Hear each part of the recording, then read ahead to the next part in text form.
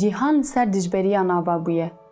Aştî şer, germ sar, ronî tarî û her wekî din hevdû temam dikin.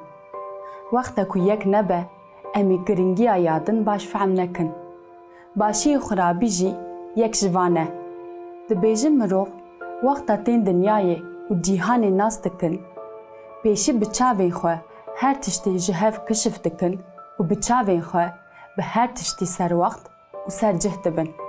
Çavwekî jê derk û destpêka her cûre fikrên baş û xirab tê qebûl kirin. Heta çav bûne sembola xirabî û başiyê jî.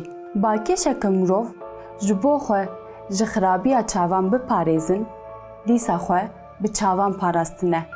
Ev bawerî ji demên pêş te digêje roja me. Îro roj di nav gelek civakan de baweriyên ku bi sedan salan e didomin hene. Yek ji wan baweriyan jî baweriya ji şînokê yan jî kespikê ye. Baweriya ji şînokê xwedî dîrokeke kevne û em dibînin ku li gel vê yekê jî bi kîjan armancê derketiye û hatiye bikaranîn. Her wiha mirov dikare bibêje ku vê baweriyê bi rengekî resen xwe gihandiye îro.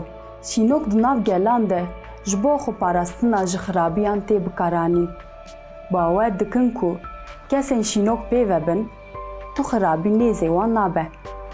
Şînok bi taybetî ji bo parastina zarokên ku nû hatine dinê tên bikaranîn. Dayîk ji bo zarokên xwe ji yên ji me çêtir û ji çavên kesên xirab biparêzin, şînokekê bi wan vedikin û bi vî awayî bawer dikin ku zarokên xwe diparêzin. Ev bawerî di gelek civak, çand û dînan de heye. Bi gelenperî şiklê şînokan dişibe çavan. Şînok 3300 sal bêriya zayînê li kolanên Telberakê ku yek ji bajarên herî kevn ê Mezopotamyayê ye û niha bi ser bajarê Hesekê ve ye, hatine dîtin. Şînokên di wan lêkolînan de hatine dîtin, naşibin şînokên dema me. Di her serdem û şaristaniyê de şikl û çîroka çavan cuda ye, lê dawiya dawîn hemû tiştê li ser parastinê disekine. Li gorî baweriyên Mezopotamyayê, şînok rengê xwe yê şîn ji rengê çavên xwedawend îştarê digire. İştar xwedawenda evîn, bereket û şer e. Lê ji bilî van taybetmendiyan, taybetmendiyeke wê ya cuda jî parastin e. Şîn rengê nîşaneya xwedawend îştarê ye. Heta ji ber vê yekê deriyê parêzgeha îştarê ya dema Babîliyan jî bi rengê şîn hatiye xemilandin. Vê baweriyê çand, dîn û sînorên erdnigariyan derbas kiriye. Her çi qas bi awayekî baş neyê zanîn jî, tenê wekî moriyekê ango modayê neyê dîtin. Şînok di destpêka şaristaniyê de hebûna xwe parastiye.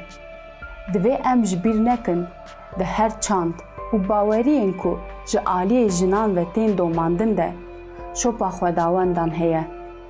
Heta di baweriyên yekxwedayî de ku her çi qas di roja me de ji aliyê pergala serdestan ve bê înkarkirin jî çanda xwedawendiyê her hebûye û heye. Şînok di nava civaka Kurd de jî wekî tilsim û baweriyeke kevneşopî cih kirtiye û îro jî gelek Kurd vê tilsimê bi xwe re digerînin.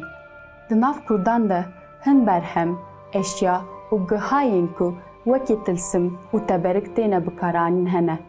Kurd ji bo nezer an jî çavînî nebin, van amûran bi mirov, heywan û mal û mulkên xwe vedikin.